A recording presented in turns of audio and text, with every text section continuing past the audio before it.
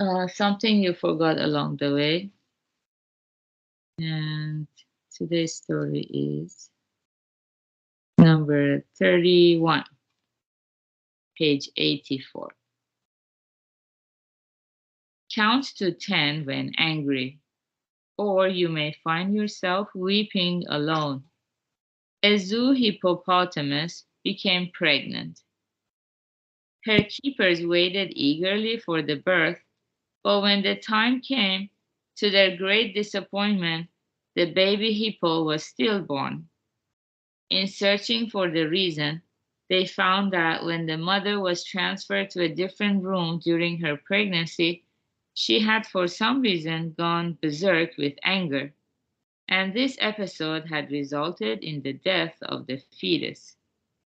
I remember being shocked on reading this account of needless tragedy in the newspaper. Anger, it seems, releases toxins into the system that can destroy physical health. The effects of anger on humans are just as disastrous. One often hears accounts of street quarrels that turn into fights in which someone collapses in rage before ever landing a blow. And there is a famous story of an eminent priest who spent 40 years reciting the Lotus Sutra only for all the merit so painstakingly acquired to be lost in a moment's angry outburst.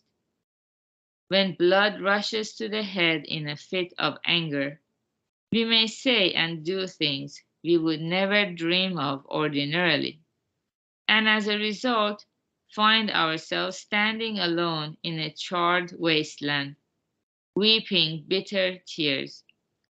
But if in the moment of anger we take a second to think why we are outraged, what it is that so upsets us, our indignation often melts away. If you have been attacked even though you are in the right, there is no need to blame your attacker. Eventually, he is bound to come round and beg your forgiveness. No one is a match for the truth. If you discover that you are in the error, then follow the proverb, it's never too late to mend. Take swift steps to correct the matter and improve yourself. To defend yourself furiously, even though you are wrong, is the height of folly. The aftermath of anger is dreary emptiness. So when you get angry, count to 10, and when someone else gets angry, steer clear of him or her. This is the wise counsel of ancients. Okay, so this is a very profound lesson here that many people unfortunately fail to see, which is anger. When anger arises in us, it makes us lose our sense of rationality and consideration for others. We end up saying things or doing things that we always regret. I think we all have such experiences, maybe especially growing up when we were younger. If we expressed our anger and said mean things, it never makes us feel good because that's like we read in the text, anger releases toxins into our system. So naturally, we're going to feel very bad or rotten. So it creates a lose lose situation. We don't want a lose lose situation. Life is most beautiful and fulfilling when we make things win win. By benefiting others, we benefit ourselves, or we can benefit ourselves through benefiting other people. So, first, we have to meditate on this topic and make up our mind. If we are not sure, we can ask questions in the Sangha and have a discussion until we are sure. As Buddha teaches us, anger is dreadful. So once we settle on this value system, that anger is dreadful and it makes us lose our rationality, then the rest becomes just practicing, which is not reacting for about 10 seconds. That's why it says count to 10 when angry.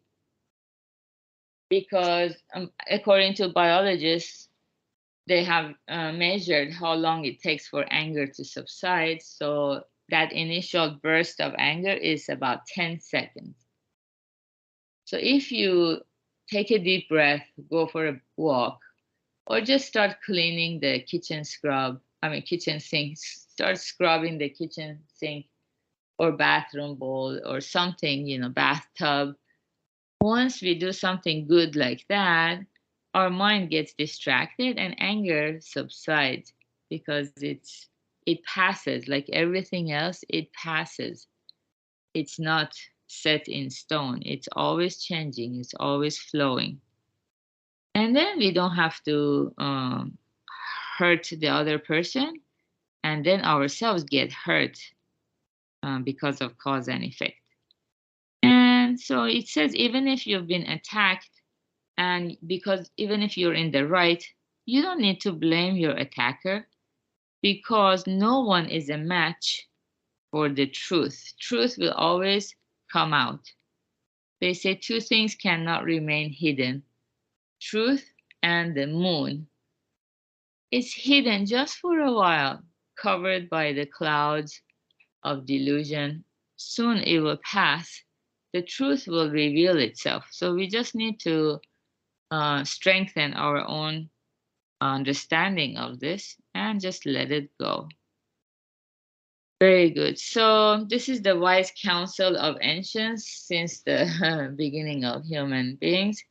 And still people struggle to practice this. So all the more we need to share the Dharma so more people can benefit from this light. Yeah, good job everyone for dedicating 30 minutes of your time to this recitation meditation practice for our mental health and spiritual growth.